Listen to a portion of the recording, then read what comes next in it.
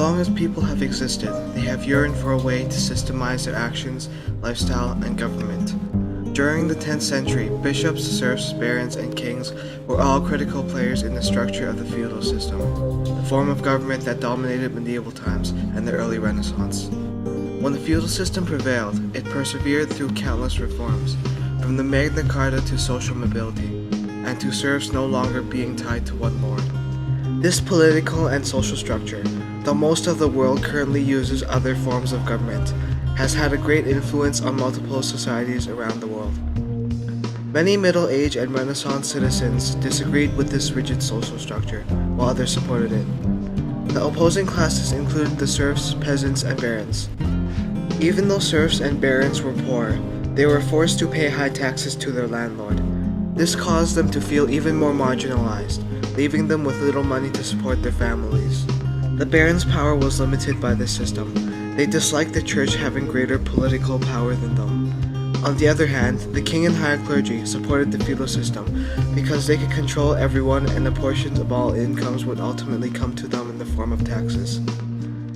If this system were based on providing equal rights for all the classes, it certainly would have appealed more to those who opposed it. The feudal system was centered on social classes and the power of ownership.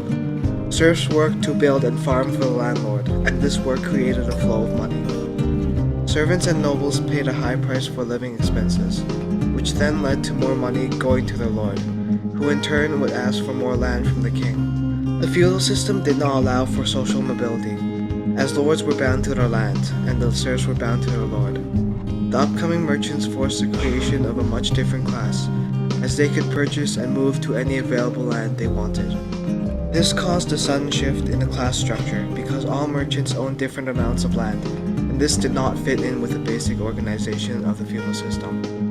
Merchants could start small and increase their income significantly based on profits earned, allowing them to buy more land and gain more power. Because of merchants disrupting the class structure, this led to the end of feudalism. Here is a law which is above the king, and which even he must not break. This reaffirmation of a supreme law and its expression in a general charter is the great work of the Magna Carta, and this alone justifies the respect in which men have held it. Winston Churchill, 1956. During the 13th century, King John of England signed the Magna Carta, a document restricting the power a king has over his people. The Magna Carta has changed, evolved, and impacted the world substantially. When the Magna Carta was signed in 1215, King John was at war with the baronial families. It was not until the rebellious barons captured London that King John signed the Magna Carta, binding him, his heirs, and his magistrates to the law. This powerful document also banned taxation without representation, which meant that people could no longer be taxed large sums of money without having fair representation in the government. Many countries' laws, rules, and documents have since been derived from or influenced by the Magna Carta. This began an earlier form of democracy in which majority rules. Although the vote was limited to male nobles and kings, it would still overrule the singular power created by the government.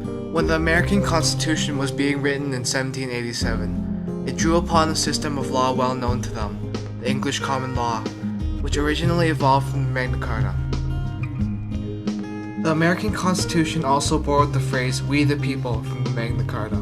Without the Magna Carta, many forms of government, such as democracy, socialism, and capitalism, would not be apparent today.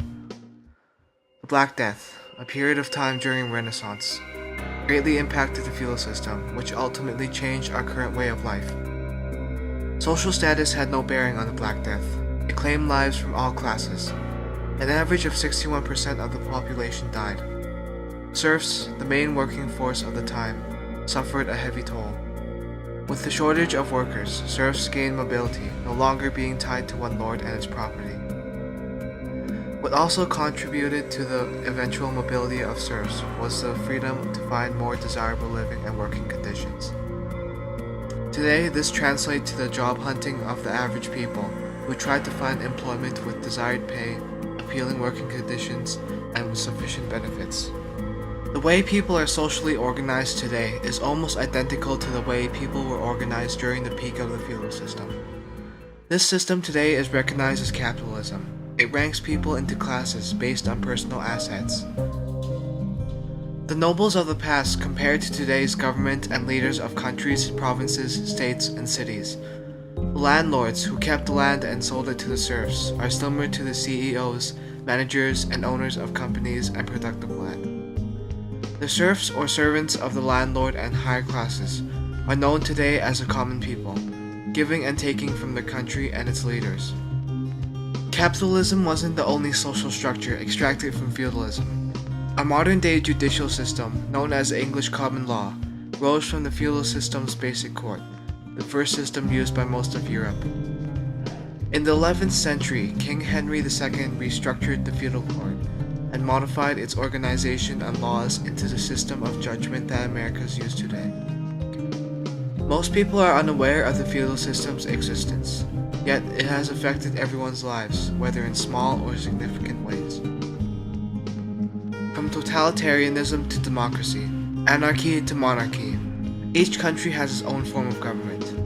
Whether people have the right to freedom of speech or are punished by death, not a soul is free from their country's laws.